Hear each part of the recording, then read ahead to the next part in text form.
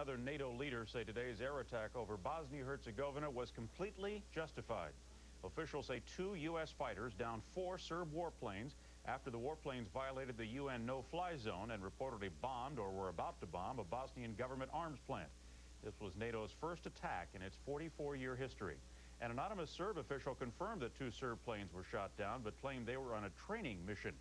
President Clinton says the action was consistent with NATO's policy, and the Serb pilots had been given ample warning. There were 2 warnings.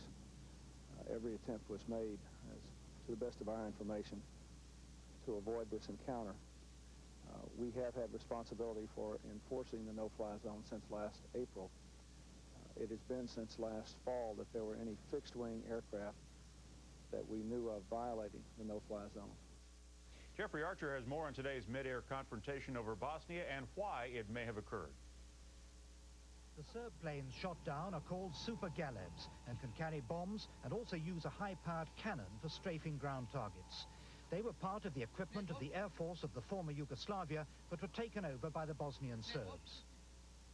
They were shot down by US Air Force F-16s operating from Aviano in northern Italy.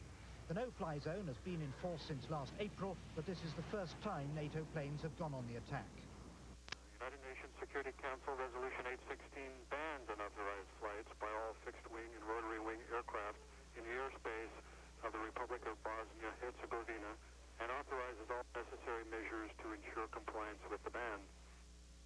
It's reported that Serb and possibly Croat planes raided 2 Bosnian towns this morning, Begonja at 5:15 GMT and Novi Travnik a little later.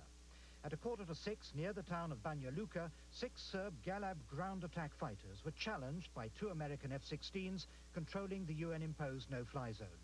Twice they ordered them to land, and when they refused, 4 of the planes were attacked.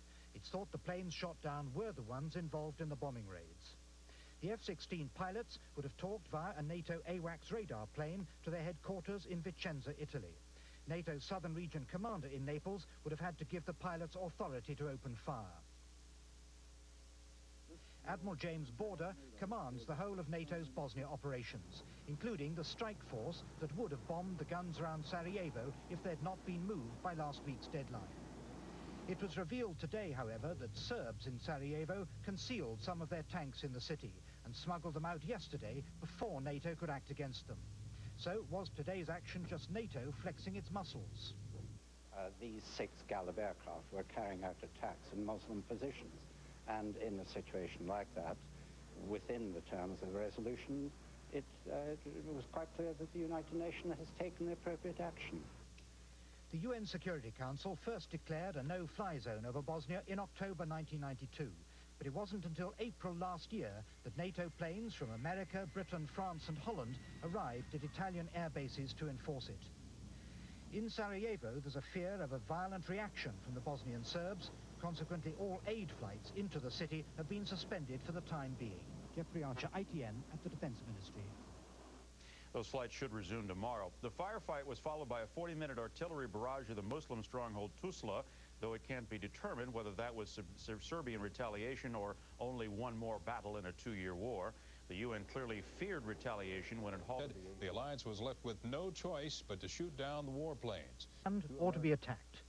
After 11 minutes, a second warning, this time from a NATO F-16. No response to either radio call.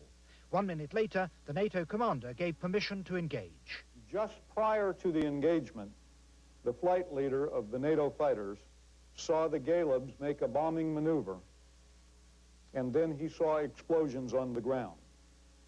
2 minutes after that, the lead NATO aircraft launched a missile, seen as the flare on the right of this cockpit video.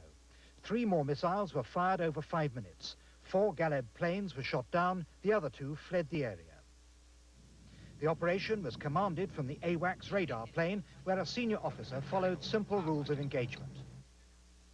Just before the Serb planes were shot down, they'd bombed a munitions factory in Novi Travnik.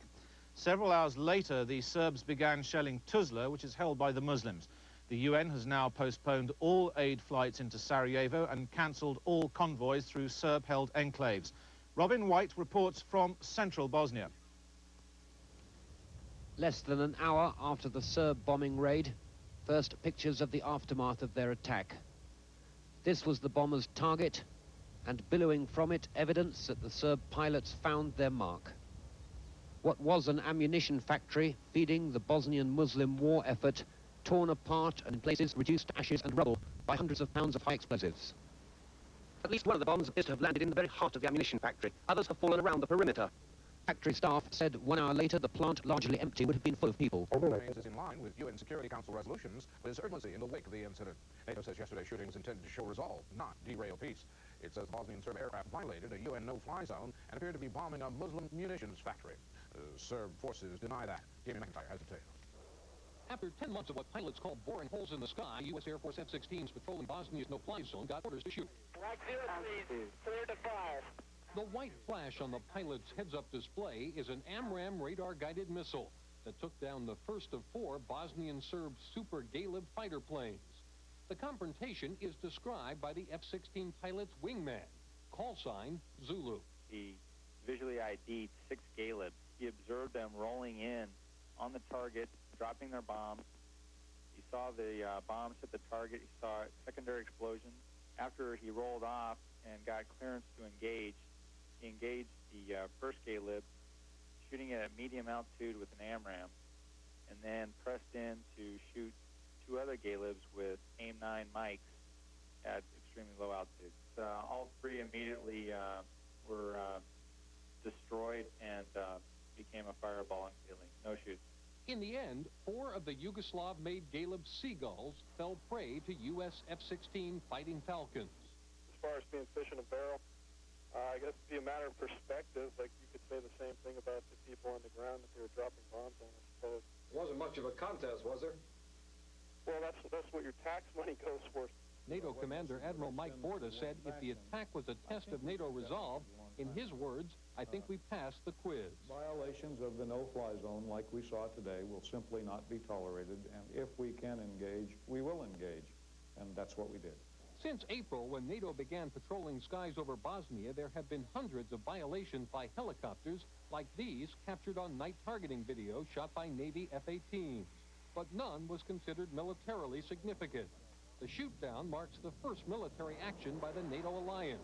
It has prompted NATO commanders to cut short by a day a port call by the U.S. aircraft carrier Saratoga, which has some 40 more combat planes available to patrol the no-fly zone. NATO says it will not step up enforcement of the no-fly zone, but no doubt Allied pilots will be more watchful in the wake of these shoot-downs. Jamie McIntyre, CNN, The Pentagon.